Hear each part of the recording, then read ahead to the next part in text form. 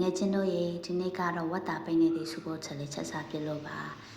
ဈေးရဝယ်လာတဲ့ပိန်းနေသည့်တွေကိုရေးစစ်ထားပါတယ်စုဖို့ရလေးတွေချွေထားပါတယ်ချက်သွန်ဖြူချက်သွန်နေငရုတ်ဒီစိမ်းတွေကိုရောထောင်းထားပါတယ်မြညက်တညက်လေးပေါ့နော်ဝတ်တာတွေကိုလည်းလှီးဖြတ်ပြီးတော့ရေးစေးထားပါတယ်ပိန်းနေသည့်ကိုကြတော့မပြုတ်တော့ပါဘူးရေးပဲစေးထားတယ်ပေါ့နော်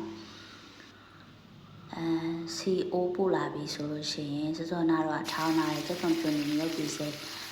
အနှစ်လေးတွေကိုစီတက်လိုက်တယ်ပေါ့နော်မွေးနေအောင်စီတက်မယ်ပေါ့နော်ပြီးရင်မနှင်းမော်ရုပ်ဒီအစိမ်းမော်အယောင်တင်းမှုပေါ့အဲ့ဒါလေးထည့်ပြီးတော့အယောင်လေးလှအောင်စီတက်ပေးပါမယ်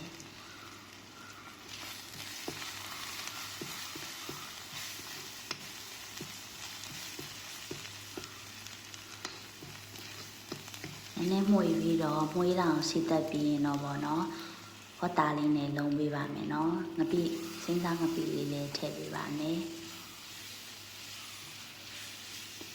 အရသာလေးအရင်ဝင်သွားအောင်ပေါ့နော်ရေလေးချက်ချင်းမထည့်ပေးဘဲနဲ့အရင်စီလေးနဲ့ပဲအရင်လုံးပေးရပါရှင့်ပြီးရင်နောက်ထပ်အရသာအတွက်စားထည့်ပါမယ်အချုံမုတ်ထည့်ပါမယ်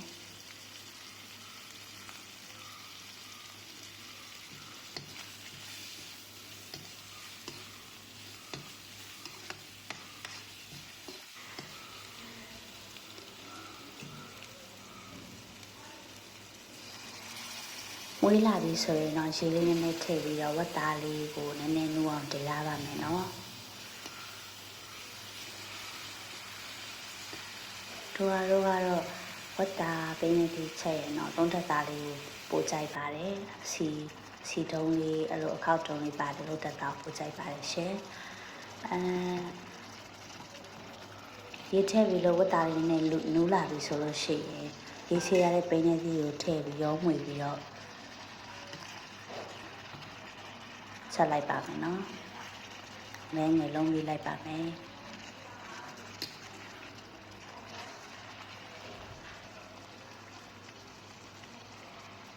ငယ်ငယ်လုံးပြီးသွားပြီဆိုရင်တော့ပိန်းနေသီးလေးတွေထပ်နှုတ်ဖို့အတွက်ရေလေးတွေအနည်းငယ်ထည့်ပေးပါမယ်နော်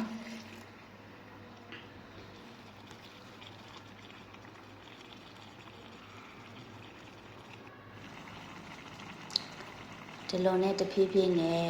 ပိန်းနေသီးလေးတွေလည်းနူးလာပြီဟင်းလေးကလည်းမှုေးလာပြီဆိုရင်နောက်ဆုံးမှာချွေထားတဲ့စူပုတ်ရွက်လေးတွေကိုအုပ်ပေးလိုက်ပါမယ်နော်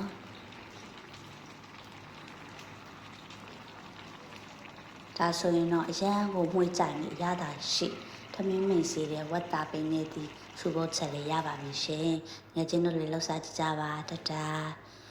ဝတ်တာမစားတဲ့ငယ်ချင်းတွေလည်း sorry ပါနော်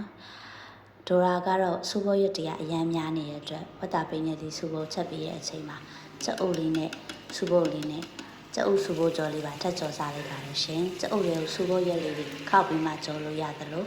စူပုတ်ရွက်ကိုစီးမှအရင်ဖြန့်ခင်ပြီးတော့ကြက်အုပ်ထည့်လိုက်ပြီးတော့လည်းကြော်လို့ရပါတယ်